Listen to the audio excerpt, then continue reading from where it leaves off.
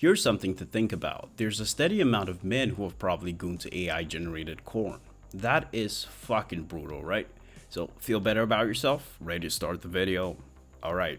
I want you to ask yourself this question. What happens if an AI is built on Tor website or the dark web, or an LLM is being trained there? Because it's actually insane to think about it, because that is literally the embodiment of a digital evil god when you think about it, right?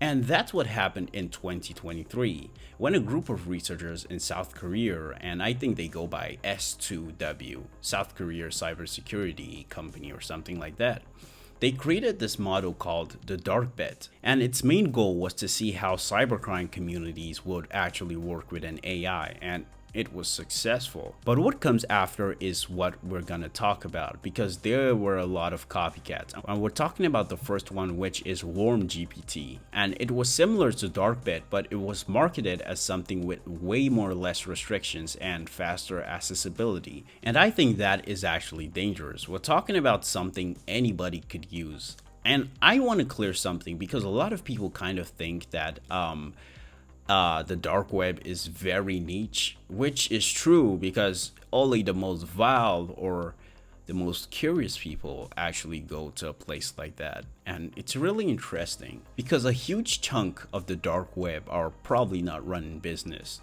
They're either there to watch CP, but that's not the point. The point is anybody can have access to these kind of things. And I think that actually says something about our current position. A lot of people kind of fight for AI and saying they want open source. They want to know what's going on.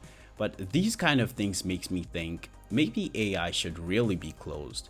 And on the other hand, a lot of people genuinely just want to know about the technology and they don't have ill intentions, but there is no way of knowing. But again, can we really trust our AI with the big dogs, like the big guys? That's another thing to talk about in another video.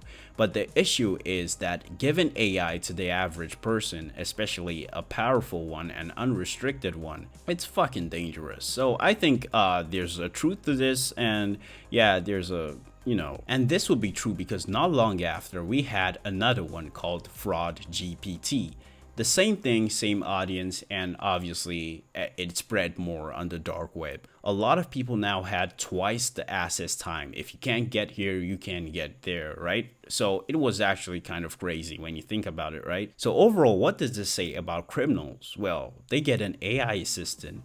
Good luck being a human being trying to fight a hacker when he's got a bot by his back. I mean, we're talking about AIs that could generate fake messages and optimize them. You no longer have to use your brain, by the way. And we're talking about AIs that could lower the barrier to entry when it comes to hacking or doing very malicious things and generating CP. But again, this technology and finding works both ways. We're talking about people who fight all this digital crime, being able to analyze threats faster, being able to hack back, I don't know if that's a thing, and being able to turn the very technology they use back at them. And this kind of gives this very funny situation where the digital police are using AI, the hackers are using AI, everyone is using AI. It's kind of really funny when you think about it, right? Because we're in a situation where it feels like cyberpunk, the future.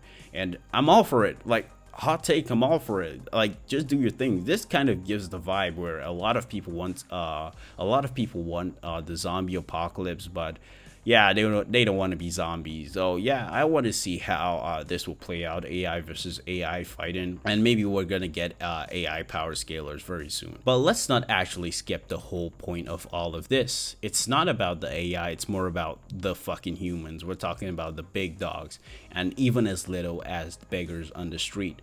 One psychotic guy, if he had internet access, he would just go on the dark web, and eventually he gets access to this thing. And yeah, a school is being blown up, a hospital, a church. It's just really crazy. Okay, a mosque, let's just add that for, and I don't want to come off as some piece of shit.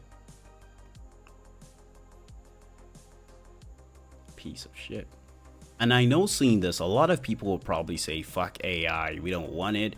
But I think they're just blatantly wrong. AI is something that has come to stay and would probably work for the greater good. Well, it depends on the people. even though you're not a technical person, when you think about the far future, how do you think about it? Do you think about a future where we have machines, not AI, machines, competent ones, but humans are constantly like going up and down, surveying and doing stuff like that? Or you think of a future where AI run billions of calculations in milliseconds. We're talking about space exploration, medical advances, and a lot of stuff in engineering. That is actually insane when you think about it. I think AI is a necessary path in human way to progression. Like, it's literally something as needed as electricity itself when it comes to up in the human civilization game. So overall, I think AI is a good thing, but yeah, the people, it is kind of a mirror. You get the point. People are currently using this shit right now and generating wicked stuff. I'm talking stuff like CP